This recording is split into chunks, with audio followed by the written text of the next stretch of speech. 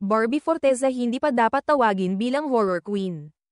Umiingay ngayon ang pangalan ni Barbie Forteza sa social media at ilang entertainment circles matapos siyang bansagang, bagong horror queen, ng ilan. Kasunod ng kanyang pagganap sa isang pelikulang may temang katatakutan. Habang may mga taga-suporta ang masayang tinanggap ang bagong pamagat na ito para sa kapuso actress. Hindi rin naman nawawala ang mga bumabanat at bumebuelta sa naturang titulo. Ayon sa mga critics at ilang marites sa showbiz world, tila hindi pa raw nararapat kay Barbie ang titulong horror queen. Para sa kanila, bagamat magaling ang aktres at maraming beses nang napatunayan ang husay sa iba't ibang genre.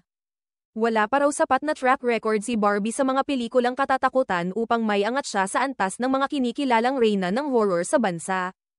Ang pangunahing argumento ng mga tumutuligsa sa bagong bansag kay Barbie ay ang kawalan pa raw ng blockbuster-level success sa kanyang mga horror films.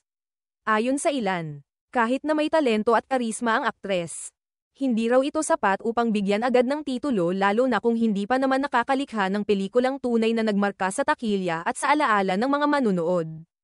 Hindi porket may bagong horror film, reyna na agad. Nasaan ang patunay? Nasaan ang hit, ani ng isang netizen sa isang trending post sa X, dating Twitter.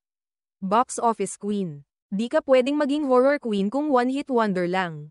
Isa pang komentaryo ang nagsabi. Undisputed pa rin si Chris as horror queen dahil lahat ng pelikula niyang horror ay kumita. Tila ang pangalan ni Chris Aquino ang lagi pa ring ibinabato sa usapang ito. Marami ang nagsasabing hindi pa rin matatawaran ang naabot ni Chris pagdating sa genre ng horror. Ang kanyang mga pelikulang Feng Shui, Sukob, Dalaw, at Segunda Mano ay pawang naging malaking tagumpay sa takilya, bukod pa sa pagiging iconic at madalas balik-balikan tuwing Halloween season. Ayon sa ilang taga-subaybay ng lokal na pelikula, naging pamantayan na si Chris sa horror films kaya't natural lamang na mahirap tapatan ang kanyang mga naabot sa larangang ito. Kaya't para sa kanila, hindi pa raw tamang ipantapat si Barbie sa antas na iyon. May nagsabi pa, magaling si Barbie, walang duda. Pero mas bagay siyang tawaging drama princess kaysa eye pressure sa titulong horror queen.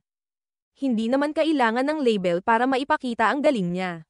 Sa kabila nito, may mga naniniwala ring hindi dapat gawing isyu ang pamagat o bansag sa isang artista. Para sa kanila, kung epektibo naman si Barbie sa kanyang role, at kung nabigyan niya ng bagong flavor ang isang horror film, karapat-dapat din siyang kilalanin. Dagdag pa ng ilan. Baka ang mga bumabatikos ay ayaw lang tanggapin ang ideya ng pagbabagong henerasyon sa industriya. Bawat panahon may bagong bituin. Hindi kailangan maging Chris Aquino si Barbie. Baka nga siya ang susunod na kakaibang mukha ng horror, sabi ng isang fan. Sa huli, titulo man o wala, malinaw na patuloy ang pag-angat ni Barbie Forteza bilang isa sa pinakakilalang aktres sa kanyang henerasyon.